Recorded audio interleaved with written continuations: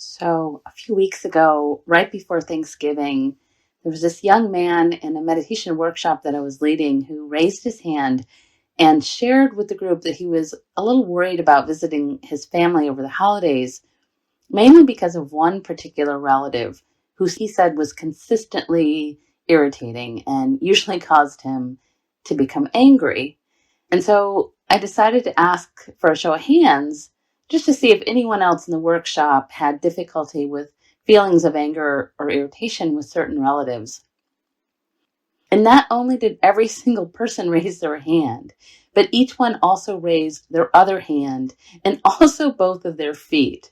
So I don't think any of us expected that to happen. And so we all kind of exploded in laughter because, there we were, an entire classroom full of people, all waving both their hands and their feet in the air about dealing with difficult relatives.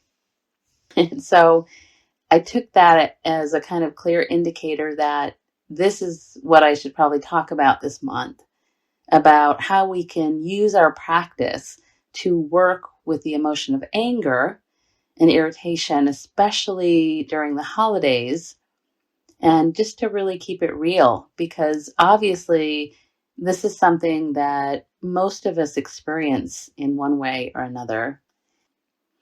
And of course, anger is simply a very natural human emotion, and it's one that we all experience. Even though when questioned, many of us might want to try to deny this in some way or even hide it from ourselves, or maybe even punish ourselves in some way for even feeling it. But as the teachings show us, anger, along with all the other emotions, is not something that we need to deny in ourselves. It's actually something that we are asked to recognize and to know and to investigate, all of which can help us, of course, to work with our anger rather than reacting to it or acting out on it. And especially, we really never want to suppress our anger or stuff it down somewhere. It's actually a great teaching that I like about this from the Tibetan master Lama Surya Das, who tells us this. He says, emotional energy such as anger is just like a swollen balloon. If you push it down somewhere, it bulges out somewhere else. That pressure has nowhere to go. So when we press down on or repress this anger, it makes us sick.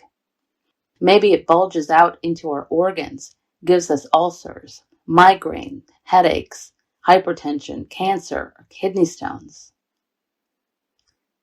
So I find this really important to remember, because sometimes we can do this kind of stuffing, not just for a few minutes, an hour, a week, but sometimes for years or even maybe decades. And what happens is that the anger tends to then morph into something else. Again, like depression or apathy or bitterness or maybe even a kind of numbness. So it can be really helpful to remember that none of our emotions, including anger, are in any way wrong. We are human. So it's just very natural for us to feel. And yet, so often our tendency is to run away from the experience of anger or judge it or reject it or try to label it as somehow unspiritual or maybe even evil. For instance, we might think, I must not be as enlightened as I think I am because here I am feeling this anger. Or maybe I must not be a nice or even a kind person because I'm feeling so angry. We might even tag on an identity of mean or selfish or another kind of negative label onto whatever we're experiencing. And sometimes we might even be afraid of our anger. Like we might be afraid that if we allow ourselves to actually feel it, it will somehow turn into an uncontrollable rage, or that we ourselves might somehow turn into a kind of monster.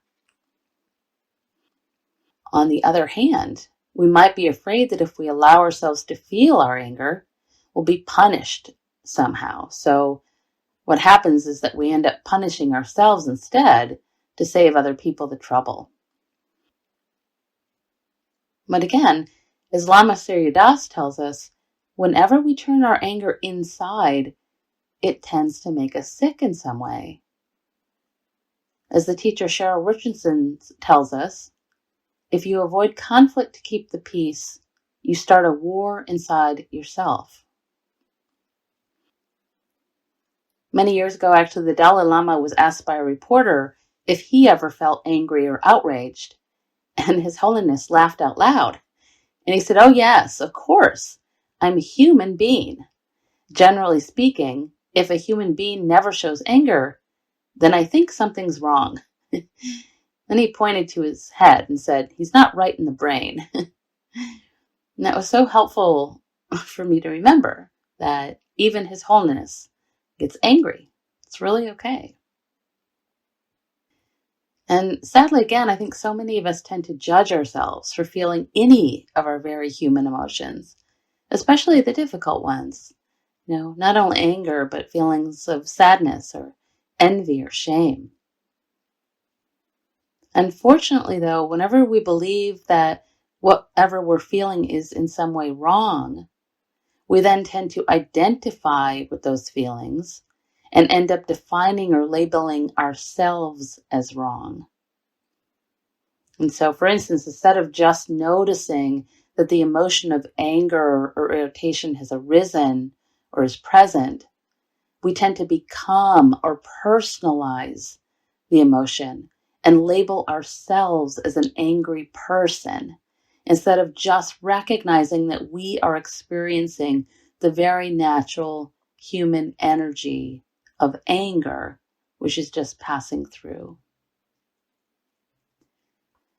So there are many, many reasons that we tend to judge or avoid our anger.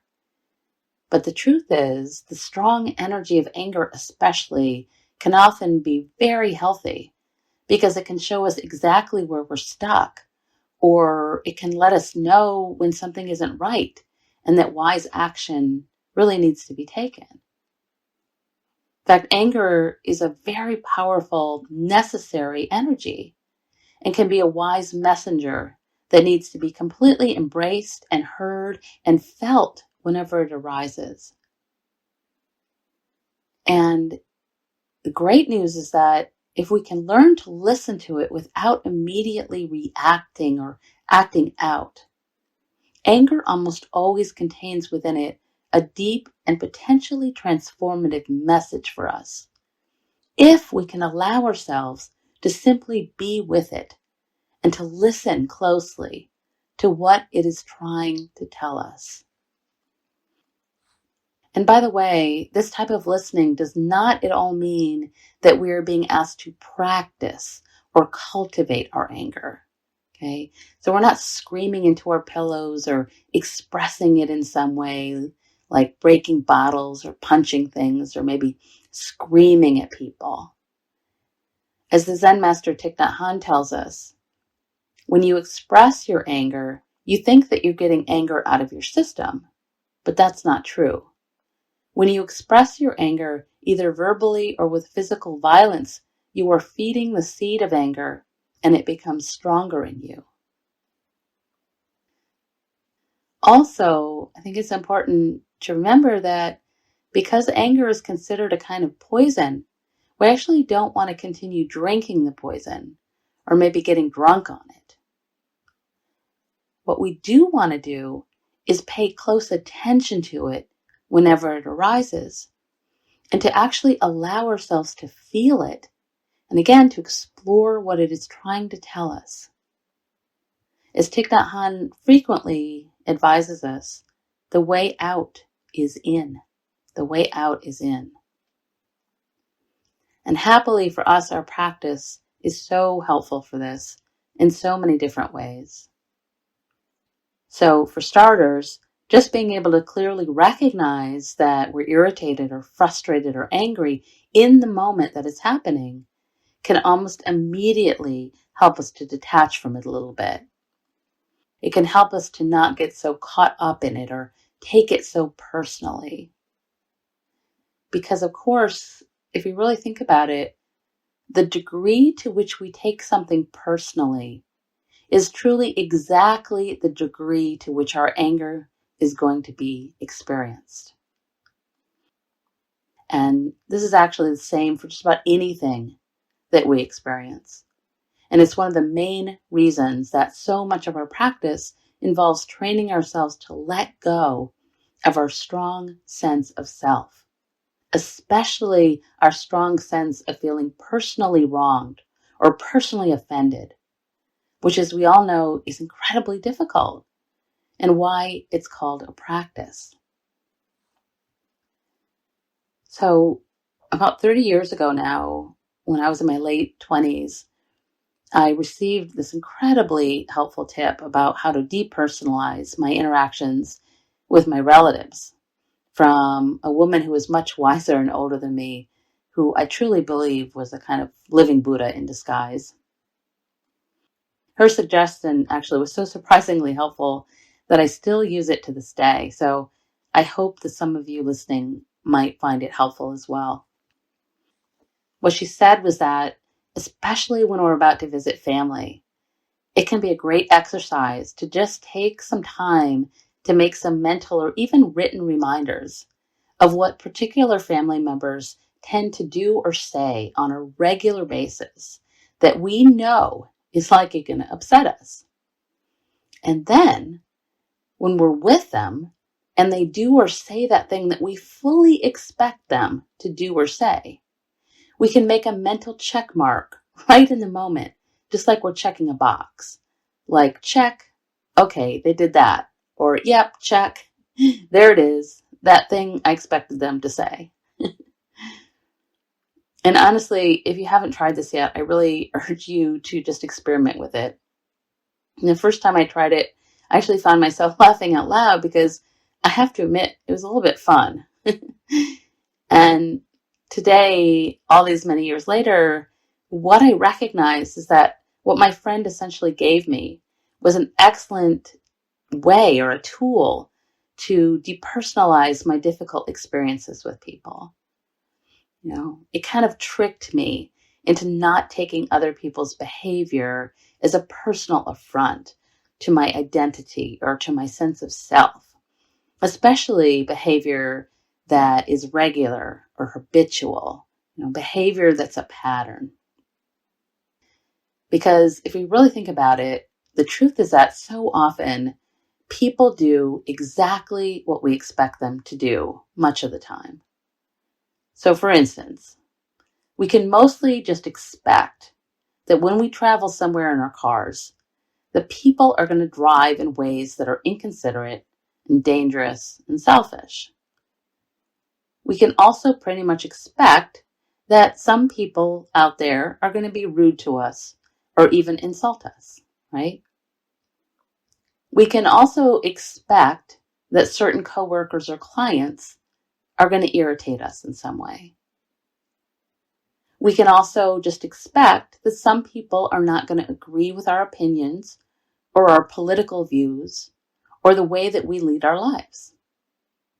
And we can also expect that some relatives are just going to do or say things that kind of sting us, right? And we can also remind ourselves that none of us are alone in this. We all experience difficult interactions with people, and we will continue to experience them for as long as we live.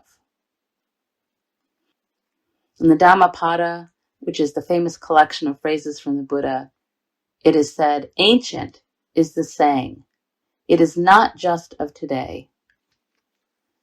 They find fault in one sitting silently. They find fault in one speaking much. They find fault in one speaking moderately. No one in this world is not found at fault. No person can be found who has been, is, or will be only criticized or only praised." I actually just love to remember that passage because it reminds me that people haven't changed much since the 5th century when this was first written. And to remember that taking it all personally is actually exactly what causes us to experience so much pain and unhappiness, so much dukkha, which is the Pali word for suffering. So essentially then, what so much of it really comes down to is our expectations, right? And anger especially tends to be what we habitually experience whenever there seems to be a gap between what is and how we want it to be, right? And again, according to the Buddhist teachings, this is the classic way that we suffer. To paraphrase the modern day teacher Adyashanti, whenever we battle with reality, we suffer. Many years ago, the great teacher Joseph Goldstein said that dukkha can often be described in more modern terms as disappointment or dissatisfaction, which, if we think about it, means that we're disappointed or dissatisfied in some way with what is and how we want it to be. So again, the idea is that if through our practice we can learn to unhook ourselves from our expectations of others and even ourselves, and to stop taking their words and behaviors so personally, our suffering around this can drop dramatically in almost the exact proportion to how much we can allow ourselves to let it go. As part of our ongoing practice around this, then, whenever we find ourselves frustrated or irritated or angry, we might even ask ourselves some key questions. So for instance, we might ask ourselves, what am I defending here? Or maybe, what sense of self am I defending? We might ask, has someone or something threatened my identity or my sense of self? Or we might consider, has someone or something triggered some old, unwanted identity in me? We might also consider, has someone done something to upset the way I think things should be, or how I think that other people or that person should be? Or we could even ask, am I stuck in some way in a cycle of he should, she should, they should, or I would never, or maybe I should, etc. Remembering, of course, that it isn't that we don't ever try to change things or that we allow people to continue to act or behave in ways that are harmful. What we're being asked to do is to let go of our shoulds, which means, again, letting go of our expectations of how we think life, situations, people, and even ourselves should be. In fact, if we really start to investigate, we might start to notice that almost all of our shoulds tend to be toxic. Because whenever we're stuck in a should, it means that we're in some way holding on or clinging, which again, according to the Buddha, is exactly why we suffer. And as we all know experientially, whenever we continue to hold on to something that stings us, it's a little like holding on to a bee. Right? It's just going to continue to sting us over and over and over and just make it that much more painful for us and maybe take that much more time to heal from.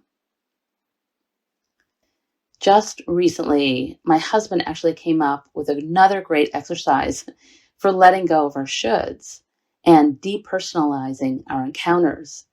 And this one actually applies to strangers, so I want to share it. So a few weeks ago, our niece and nephew, who are living in Birmingham, Alabama right now, invited us to visit them for Thanksgiving. And for whatever reason, we decided to drive there instead of fly, which meant that we were traveling in the car for about 13 hours in holiday traffic. And so, as you might expect, there were more than a few people on the road who weren't being especially mindful or careful or very generous with the road, if you will. And initially, whenever someone would do something like weave through traffic like a NASCAR driver and almost cause an accident, we kind of grouch about it a bit. And most all of it actually involved our beliefs and thoughts about that so-and-so shouldn't be doing that, or gosh, I would never do that, etc. But after about 5 or 6 hours of this, Brent came up with a new way to deal with these incidents by altering the words of a phrase that I use so often. Most of my students know it by heart. And the original phrase is from one of my favorite teachers, Bhikkhu Analayo, who has very famously summed up our entire practice in just 4 words, which are keep calmly knowing change. Whole practice, keep calmly knowing change. I actually love that phrase so much that 2 different students have made me 2 different bumper stickers with those words on it. And so we're actually always traveling with these words. But now, thanks to Brent, we have a new version of this phrase for our travels, which is keep calmly knowing idiots. Keep calmly knowing idiots.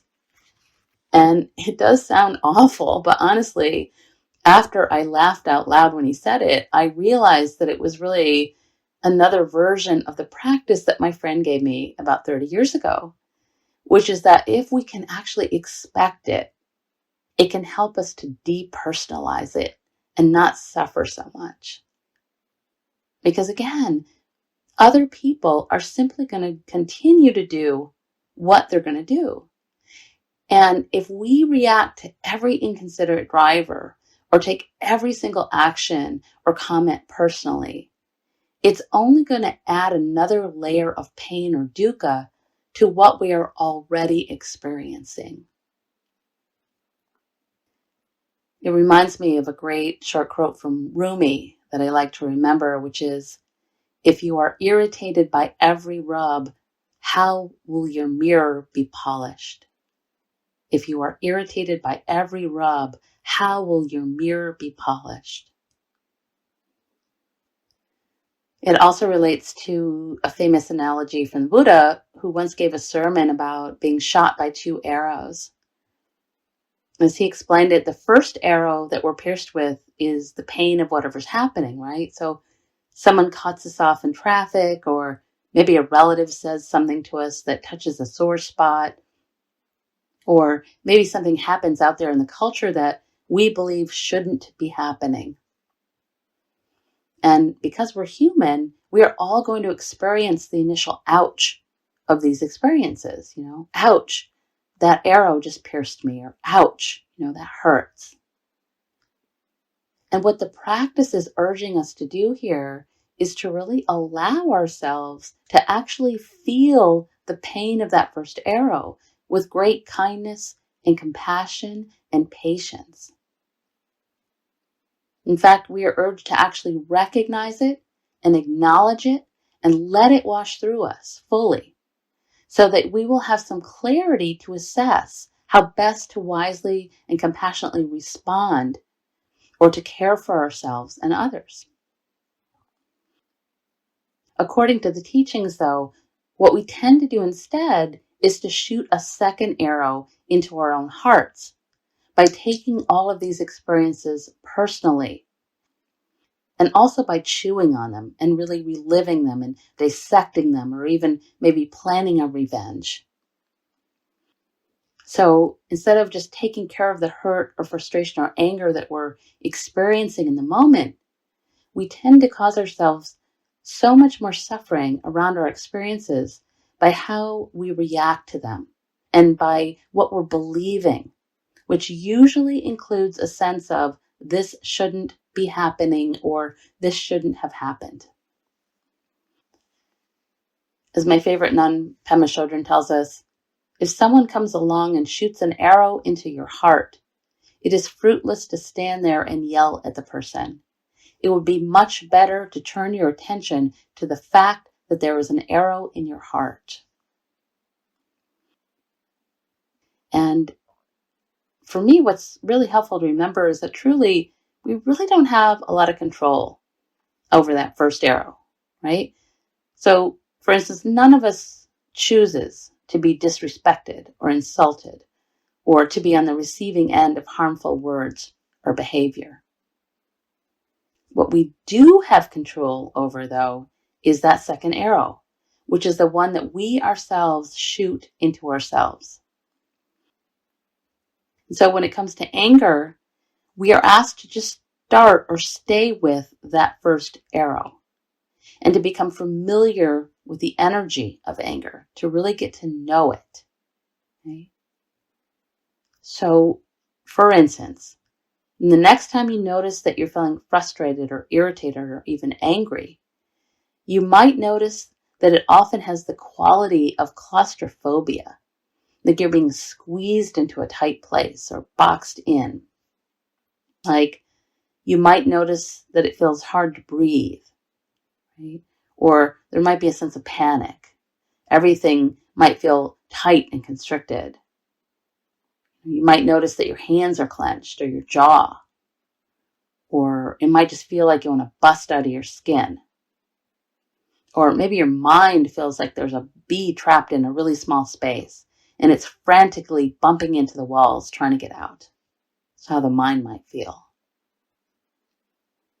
In the Buddhist tradition, anger is associated with the hell realm, which is a place or state of intense pain and claustrophobia.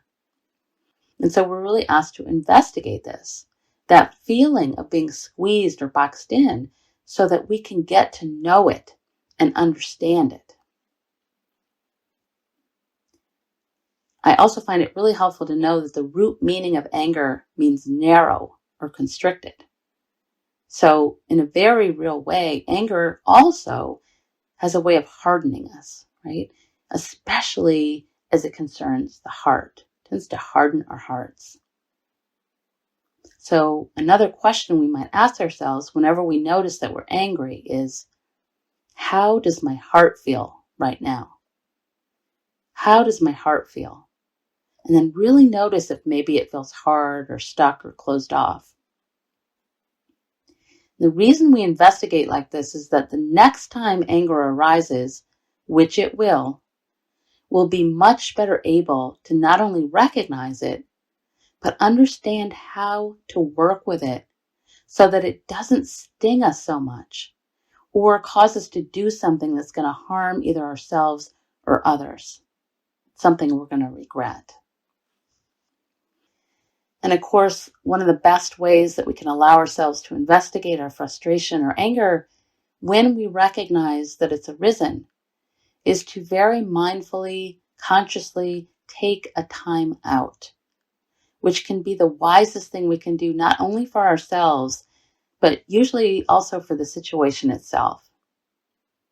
So for instance, we might physically leave the room or decide to take a few deep breaths or even a few minutes of deep breaths or pause. We might even mindfully ask, if we're in a room full of people, for a collective pause. Or we might just, simply close our eyes and place our hands on our hearts. This is often called the sacred pause, and mindfully knowing when it is necessary can help us in many ways. So first, can really help us to calm that strong sensation of anger, which can cloud our judgment and, of course, cause us to react in ways that, again, might be harmful. And so, as you might imagine, the pause is what can really help us to restrain ourselves so that we don't do or say that thing that we're going to regret. Even the pause of one simple breath can often save ourselves from doing this. And if we can take even more mindful breaths, even better. For instance, one of my rules for myself is do not hit the send button when your heart is still racing. And I need to confess that this rule has saved me from disaster so many times. So we first try to calm ourselves down. And as we do, what happens is that this also helps to clear our minds a bit so that we can see things a little more clearly.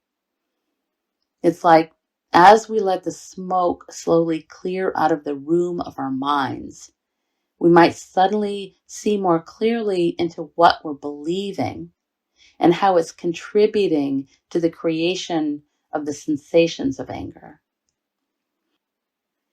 And then within that clearer space of recognition, we might then be able to get more in touch with our hearts and with the ouch that we might be experiencing.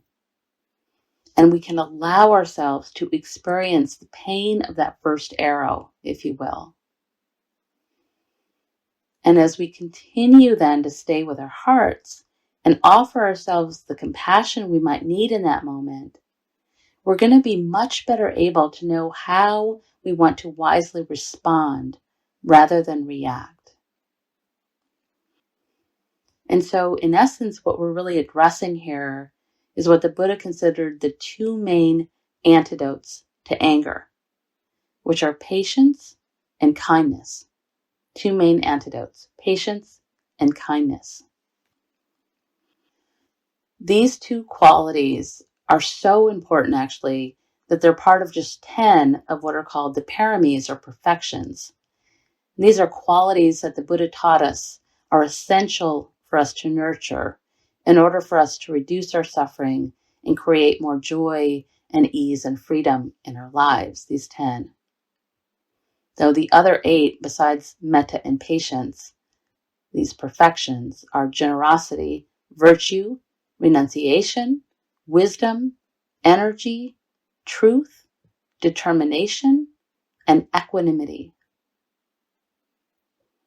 And if we take a look at all of these different qualities, each one can actually be incredibly difficult to actually put into practice, especially patience, which in Pali is pronounced khanti, Khanti in Pali. And, as most of us know, not pouring more fuel on the fire of anger can be a real challenge. In fact, if we're really being honest with ourselves, we might even admit that while anger can feel super unpleasant, it can also sometimes be extremely seductive. In an interview with Bill Moyers, actually, Pema Chodron explained that anger has a hook to it. A hook. She said, there's something delicious about finding fault with something, especially when our egos are involved, which is nearly always the case. We justify it and even feed it. Right? And yet, in almost all cases, if we investigate a little further, we might recognize that what we're really doing when we're blaming or finding fault is covering over or protecting a hurt or a fear. Right? And so what our practice is asking us to do is to allow ourselves to remove our protective armoring of defense or blame, even for a little while, so that we might start to recognize and tap into the hurt and maybe even fear that's been hiding underneath it. And whenever we can do this, the very first thing we can apply then is the second main antidote to anger, which is kindness, or metta in Pali, which has often been described as unconditional friendliness. And so we can practice offering ourselves our own care and compassion and empathy, just like a good friend might do for us if they saw that we were somehow in pain. Just this week, the teacher Sharon Shelton shared a metaphor for how we can do this that she recently learned from another teacher, Don Mauricio. And I asked Sharon if I could share it because I thought it was so beautiful. And for a visual, the photo that was included with this showed someone with one hand closed in a tight fist and their other hand gently holding it. And Sharon explained the practice this way. She wrote, when we are holding difficult experiences, it's like a tight fist. And we can spend so much time desperately trying to pry our fist open so we can feel better. trying to dull the pain, deny it, fight it, negotiate with it, indulge it. It's exhausting and often just exacerbates tension and anxiety around the pain. Instead, we can hold our fist with love and compassion as it slowly releases itself in the tender embrace of faith, gentleness, patience. This fist of pain will release if we can relax into that loving awareness, the holding, and trust the unfolding. Just beautiful. You might even, if it's available, just try that right now. See if you can hold your own fist with your other hand with gentleness and kindness and patience.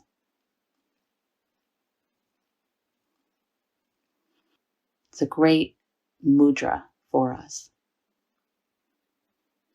And there are actually many, many different mudras and phrases that I've learned from the teachings over the years that can help us to access this sense of kindness and compassion. But I'd like to offer you one of my very favorites.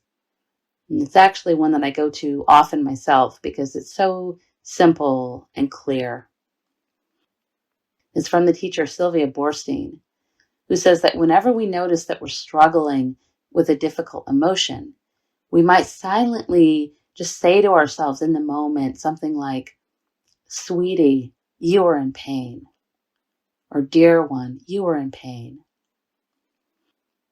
It's such a short, beautiful phrase. It's recognizing and acknowledging right off the bat that there is pain, allowing it to be there, and doing it with great friendliness, with metta, loving kindness. Not beating ourselves up for feeling the anger or whatever other emotion we're experiencing, but offering ourselves kindness and friendliness, compassion.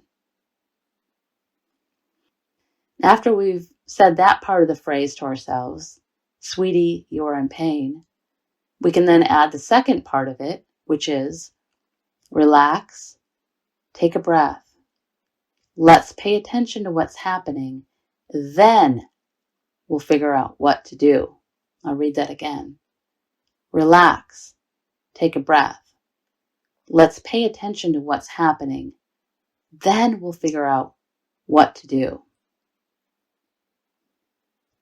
And I just love that because essentially it's really our whole practice in a nutshell.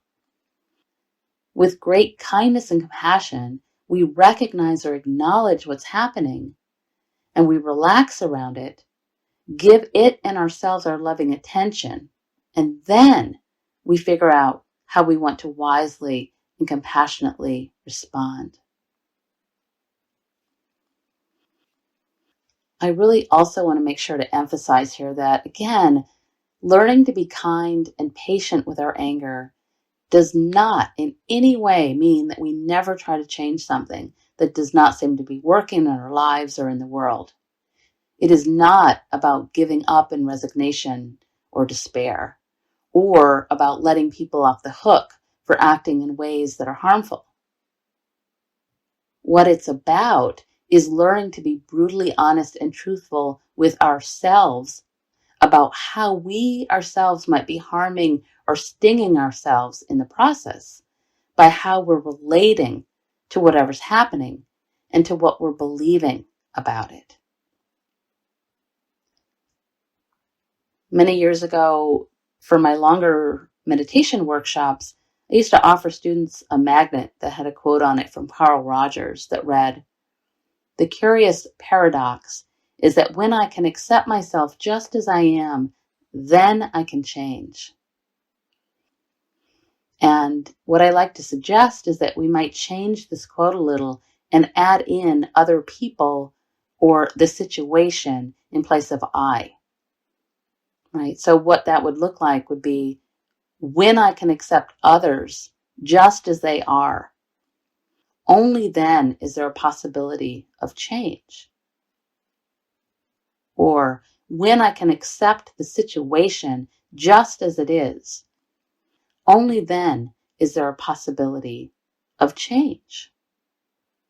Clearly knowing that this change might not ever be in the other person or even the situation, but the real change might be what happens within ourselves. Right? And with that, before I offer you a meditation on working with anger, I'd like to end with some great advice from one of my favorite stories, which is about a man who went to see a guru and sat before him and asked him, "Tell me, Guru, what is the secret to eternal happiness?"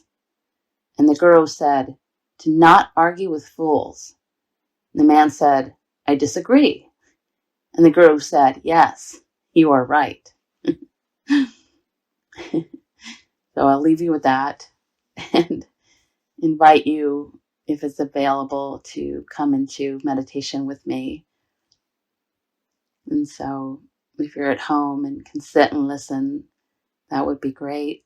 If you're driving, you might want to just tap into your body. Notice your sit bones, your feet, your hands, your breath, the same as if you're walking.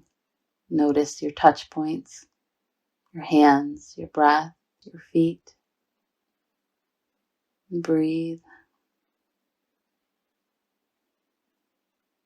If it's available, you might close the eyes. Let's take a nice deep breath in, deep breath out.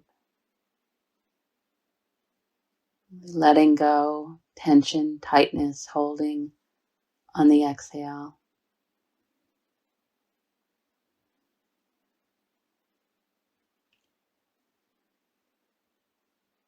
Noticing each inhale, each exhale, clearing the mind by just becoming embodied and paying attention to your breathing or even to sound.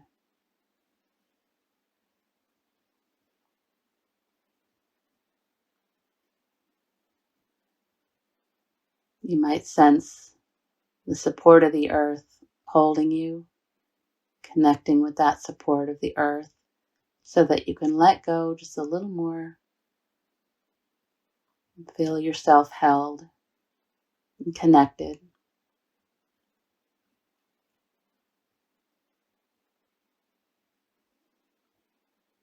Letting the shoulders drop.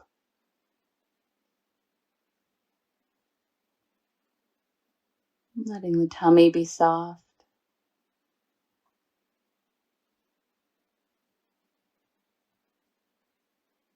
Noticing the hands.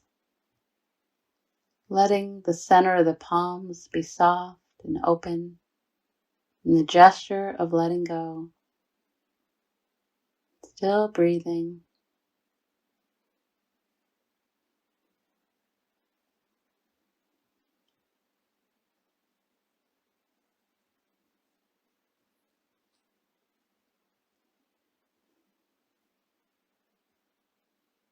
And as you're ready, I'm going to invite you now to think about something that habitually causes you to be angry. So it could be something someone regularly says to you, or something someone has done or does as a kind of regular behavior that really sets you off in some way. Just pick one thing that comes to mind.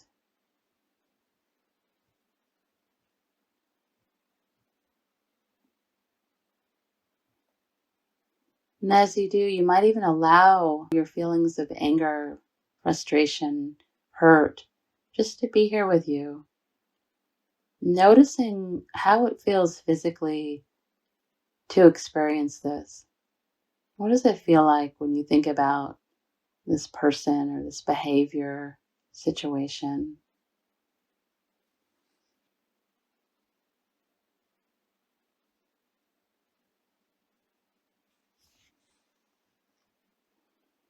And as you continue, you might also bring a sense of metta, friendliness, to this experience. So you might put your hand over your heart, maybe,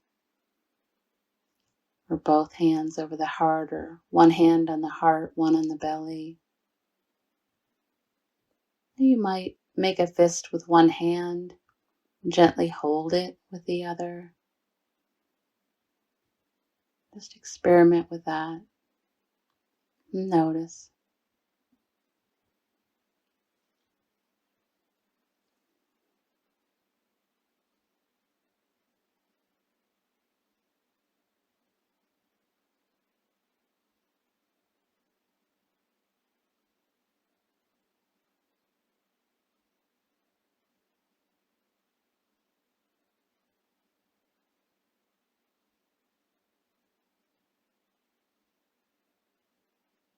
And as you're ready, you might now silently say something like, "Sweetie or dear one, you are in pain.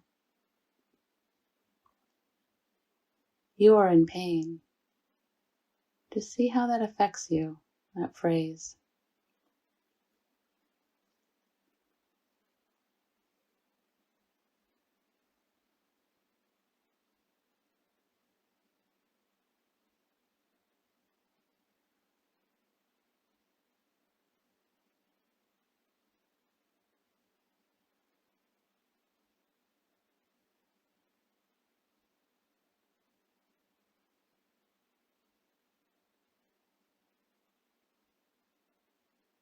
Now, as you're ready, you might start to question what you might be believing about this.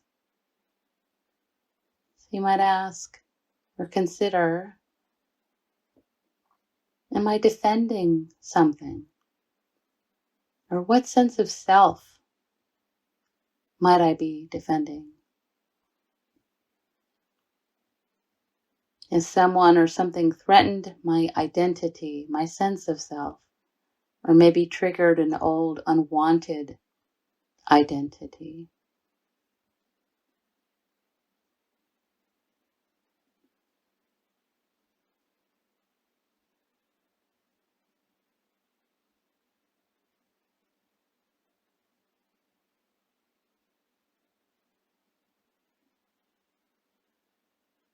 You might now consider, has someone done something to upset the way I think things should be, or how I think that other people or that person should be?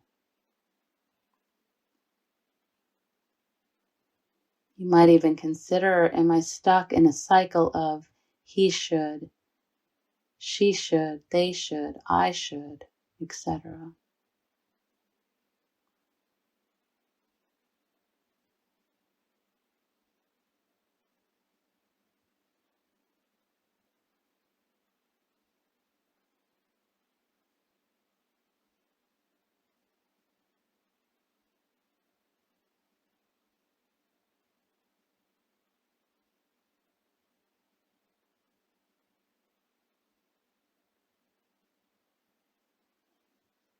And finally, you might consider what might be the wisest, most compassionate response to this person or situation,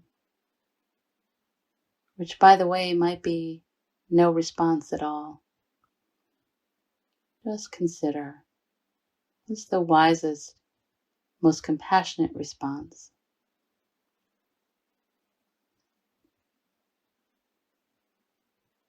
Continuing to offer yourself your own kindness and compassion.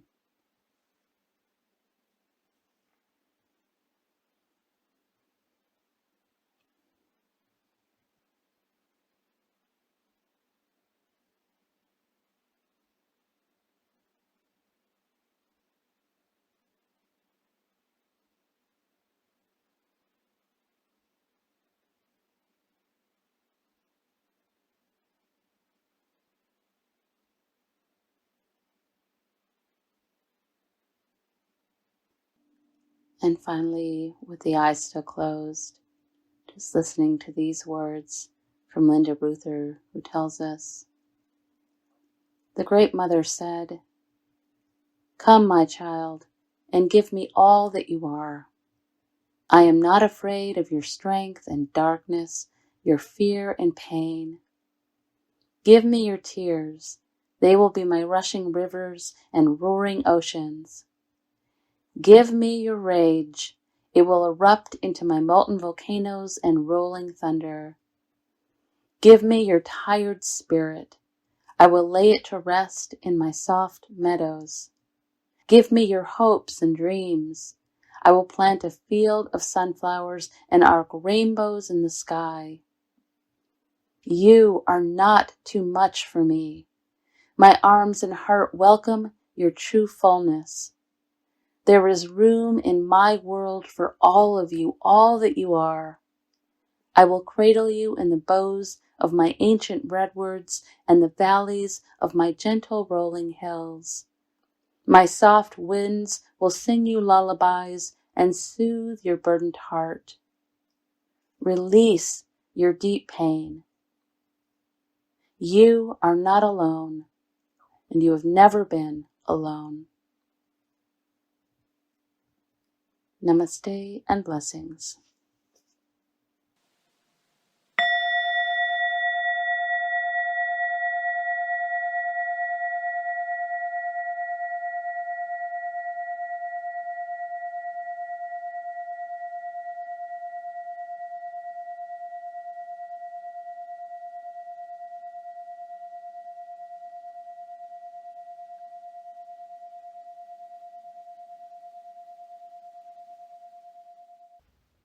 I hope you enjoyed this talk. These talks are always offered freely so that no one is ever denied access to these teachings, and your support really makes a difference. Dana is an ancient Pali word meaning spontaneous generosity of heart. If you feel inspired to offer dana, you can do so by visiting my website at www.mindfulvalley.com. Thank you so much.